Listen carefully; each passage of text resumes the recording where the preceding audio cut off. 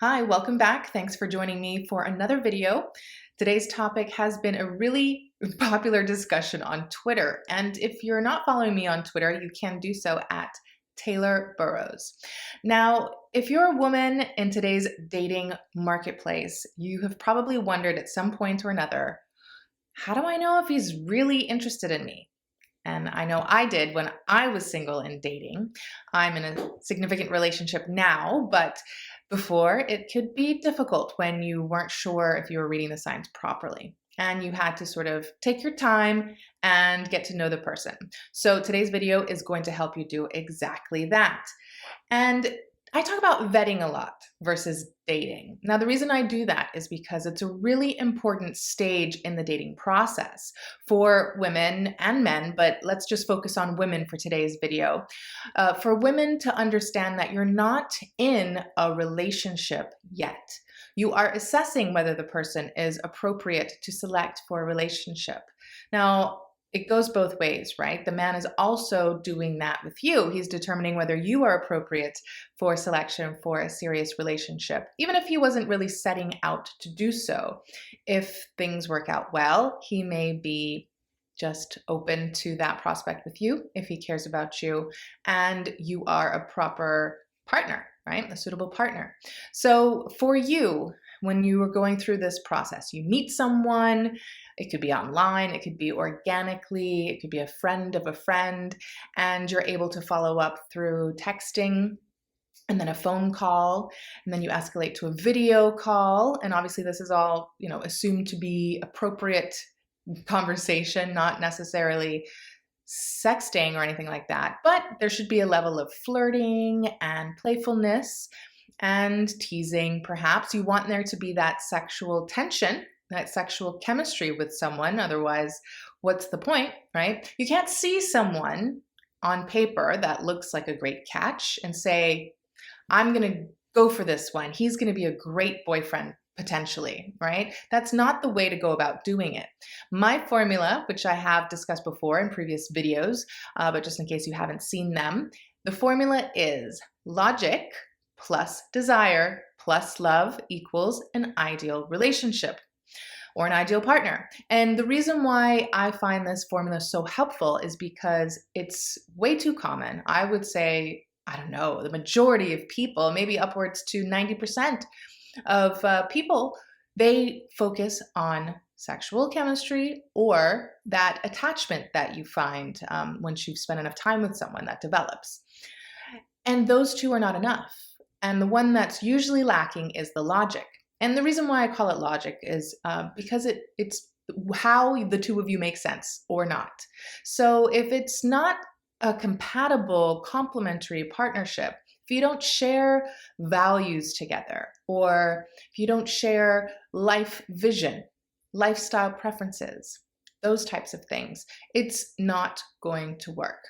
Your personalities have to mesh well. You have to have commonalities in certain aspects, certain interests, and you have to have complementarities in others. So you don't want to be the same across the board. You have to determine first what is important for you and what your values are, and then where you're flexible at and where you need someone to be kind of like your strength where you're weak, right? Those are where you're complementary. So that's the whole process of vetting, is determining not just, is this a good person, but is this a good person for me? Is this an ideal partner for me?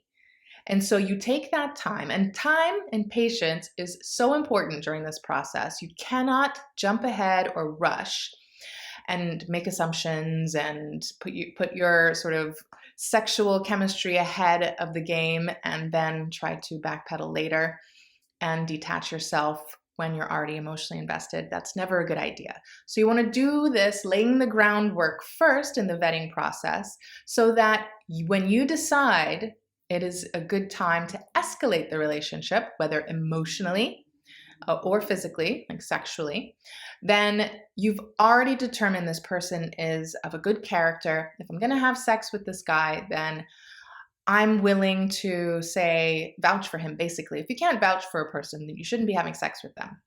So this timeline is going to be different for everybody, right? Depending on your value system.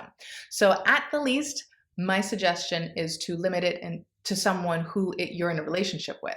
So it might not be quite, official to the point where you're getting invited to or assumed to be at family events together. But you should know that you're exclusive. And I mean, literally, you should know you're exclusive. So when you select someone, you're like, this is the basket I'm going to put all my eggs in. I'm invested in this person because I respect who they are. I admire who they are. I, want to put my all into this person. And so when you make that choice and you escalate the dating situation, right? Like maybe at first it's vetting, but now it's like, okay, I'm ready to take this seriously. He may not be quite at that stage yet. And it's almost like you need to prove to him of your loyalty and your selectivity that you have made him exclusive first. And so he knows you're not sleeping around. Like, you're not that kind of girl. For real. Not like we're playing games here. I'm talking about being authentic. I know it can be difficult and it's obviously very scary to be vulnerable, but that's part of our asset as being a woman. And our task in life is to learn how to make peace with our vulnerability and how to leverage it. And this is one way that we need to get used to accepting and welcoming, is being in this discomfort, this uncomfortable process when we don't know the outcome, because we can't guarantee that it's going to work out, but we have to take that risk.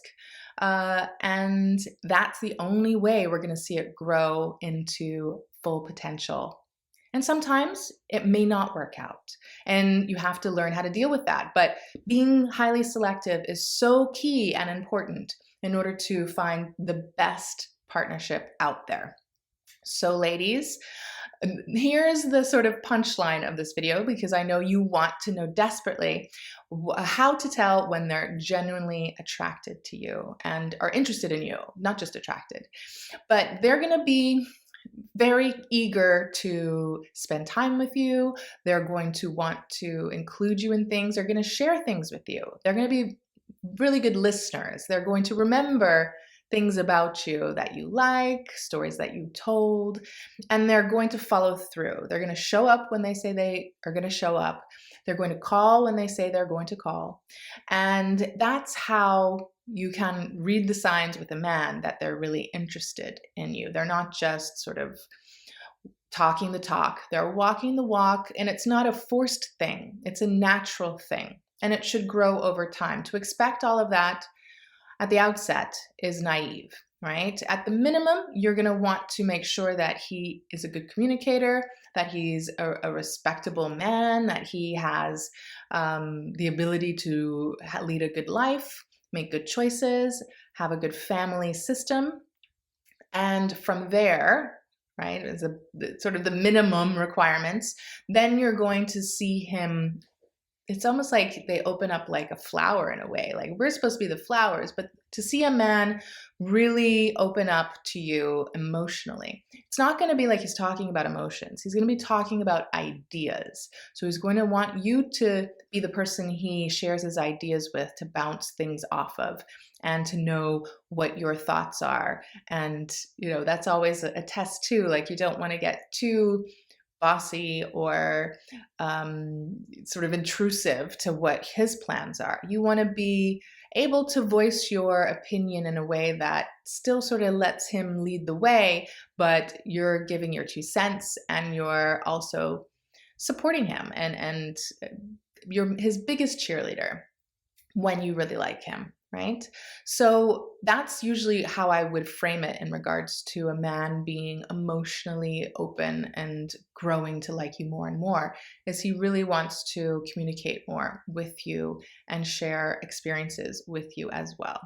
So remember that during the vetting process to look out for those signs and not escalate emotionally yourself by reciprocating back or sexually, physically, unless you see these signs that he's genuinely interested in you. And the last really important thing is to make sure that you're exclusive. Because if you're not selecting him, you can't put your all into it, and that's just sabotaging the dating process anyway. So I hope that was helpful, and please don't forget to subscribe to this channel if you'd like to hear more from me. Ciao!